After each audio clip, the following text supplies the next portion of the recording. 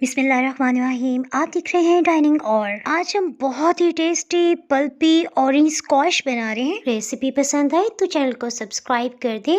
Bell icon को all पे कर देने से आपको वीडियो का नोटिफिकेशन सबसे पहले फ्री में मिल जाएगा। पल्पी ऑरेंज स्क्वैश बनाने के लिए सबसे पहले हमने माल्टे को खूब अच्छी तरह से धो लेने के बाद इसका छिलका उतार लिया है। माल्टे के छिलके के साथ साथ माल्टे के बीच में भी बहुत कड़वाहट होती है, सुई से निकालना बहुत जरूरी है। इस वीडियो में आपको माल्टे का जूस दो मुख्तलिफ अंदाज में निकालना दिखा रहे हैं। हमें माल्टे का ज्यादा से ज्यादा गूदा चाहिए, सो इसके लिए अब हम ब्लेंडिंग जग का इस्तेमाल कर रहे हैं। इसमें मैं आपको टिप बताती चलूं, अगर माल्टे के पीसेस में एक बीज भी रह गया तो जूस में कड़वाहट आ जाएगी। माल्टे के जूस में ढेर सारा गूदा भी शामिल हो, सो इसके लिए सबसे मोटी वाली छलनी का इस्तेमाल करें। माल्टे का जूस गूदे समेत निकालने का एक और तरीका जो मुझे सबसे ज्यादा पसंद है और बहुत आसान भी है, ये तो इलेक्ट्रिक मशीन है ना, इस तरह की हाथ से जूस निकालने वाली मशीन भी आपको मिल जाएगी। इसमें ये फायदा है कि देखिए गूदा तो सारा नीचे जा रहा है, साथ साथ बीज खुद ब खुद से ऊपर की सतह पे रह गया। हम हल्का सा प्रेस करें ताकि कोई भी इसमें मजीद जूस या गूदा है वो भी नीचे की सतह पे चला जाए। 8 माल्टों का हमने जूस निकाला है और ये तकरीबन आधा लीटर जूस निकल आया है। इसके साथ ही हम नेक्स्ट स्टेप की तरफ बढ़ते हैं। इसके लिए 1 कप भर के हमने चीनी ली है और पानी 1/4 कप यानी कि सिर्फ 1/4 कप है। चीनी जलने ना पाए, सो हीट को बिल्कुल लो रखते हुए इसे आहिस्ता आहिस्ता करके मिक्स करेंगे।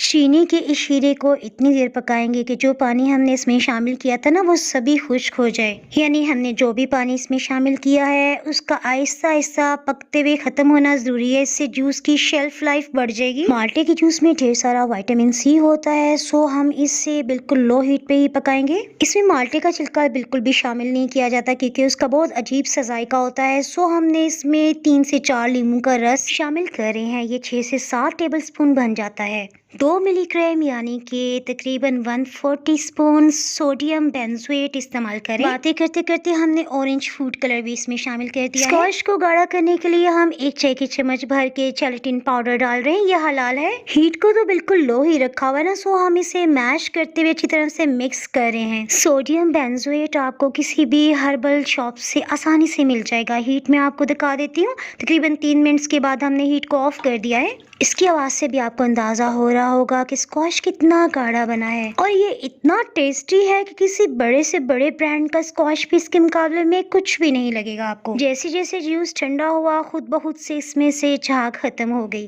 जूस रूम टेम्परेचर पे आ चुका है, सो हम इसे बॉटल में फिल कर लेते हैं। इसे हमने 2 दिन पहले खूब अच्छी तरह उबलते हुए पानी से धो लेने के बाद खुश्क कर लिया है। इसमें सोडियम बेंजोएट इस्तेमाल हुआ है, सो इसे 1 महीने तक आपने बिल्कुल इस्तेमाल नहीं करना। ये जूस हमने रमजान अल मुबारक के लिए बनाया है। सिर्फ आपने इसमें बर्फ और पानी शामिल करना है और इफ्तार में इंजॉय करें। रमजान अल मुबारक में तो सिर्फ 1 महीना रहता है ना। अगर आप किसी ऐसी एरिया में रहते हैं जहाँ सोडियम बेंजोएट नहीं मिलता तो बस आपने ये स्क्वैश बना लिया, आप इसे फ्रीज कर दें और रमजान अल मुबारक में निकालें। इस्तेमाल करने के बाद फ्रिज में रख दें। दुआ में याद रखें। अल्लाह हाफिज।